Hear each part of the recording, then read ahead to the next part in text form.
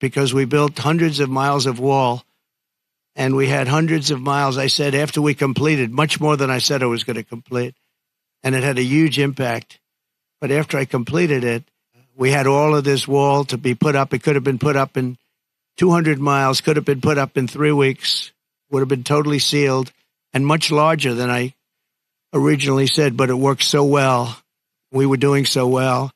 And not only didn't they put it up, they sold much of it for 5 cents on the dollar. Very expensive wall, has wires inside of it for technology, hardened steel, hardened concrete, and rebar.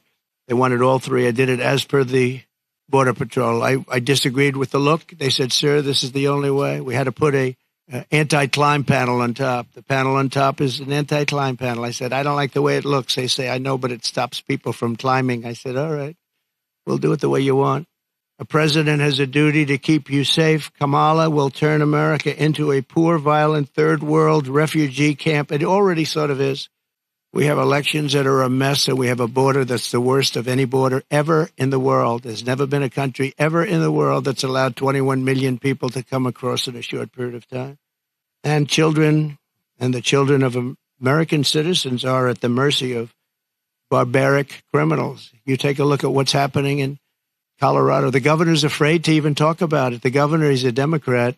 Colorado, I hope you're going to vote for Trump because you're being stampeded by your own politicians. The governor can't talk about it because he can't go against the policies of these lunatics that want all these people to come into our country without knowing who they are. We don't even know where they come from.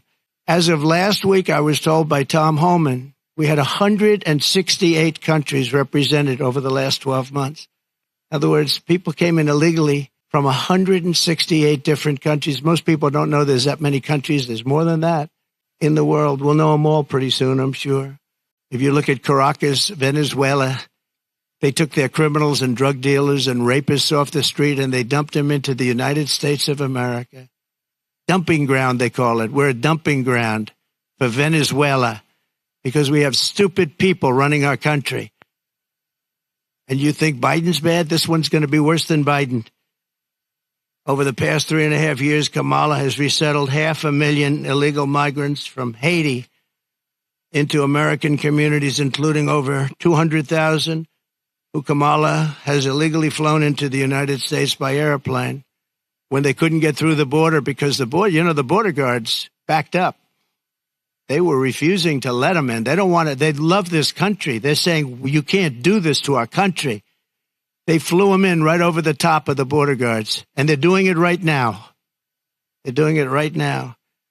In Springfield, Ohio, 20,000 illegal Haitian migrants have descended upon a town of 58,000 people, destroying their way of life. They've destroyed the place. And people don't like to talk about it because even the town doesn't like to talk about it because it sounds so bad for the town. They live there. They're proud. They love the town. For years, it was a great place, safe, nice.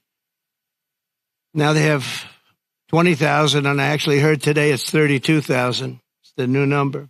Illegal aliens are now coming in from all over the world, from prisons, jails, mental institutions. They're coming in at levels that we've never seen before. We cannot let this happen to our country. If you take a look at this, but not only is Comrade Kamala allowing illegal aliens to stampede across our border, but then it was announced about a year ago that they're actually flying them in. Nobody knew that. They were secretly flying in hundreds of thousands of people. And they're flying them in. So when they tell you about their borders a little bit better than it used to be, they only did that for election reasons. Not good, but it's a little bit better. But they don't tell you that the flights are still coming in here, bringing in thousands and thousands of illegal aliens.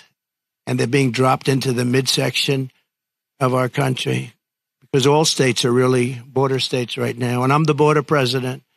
I solved it in 2016, probably got elected because of that in 2016. Really, there was nothing to do in 2020. I said to my people, I want to talk about the border, what a job I did. They said, sir, nobody cares you did it. It was good. We went from a terrible border to a great border very quickly. I did a great job.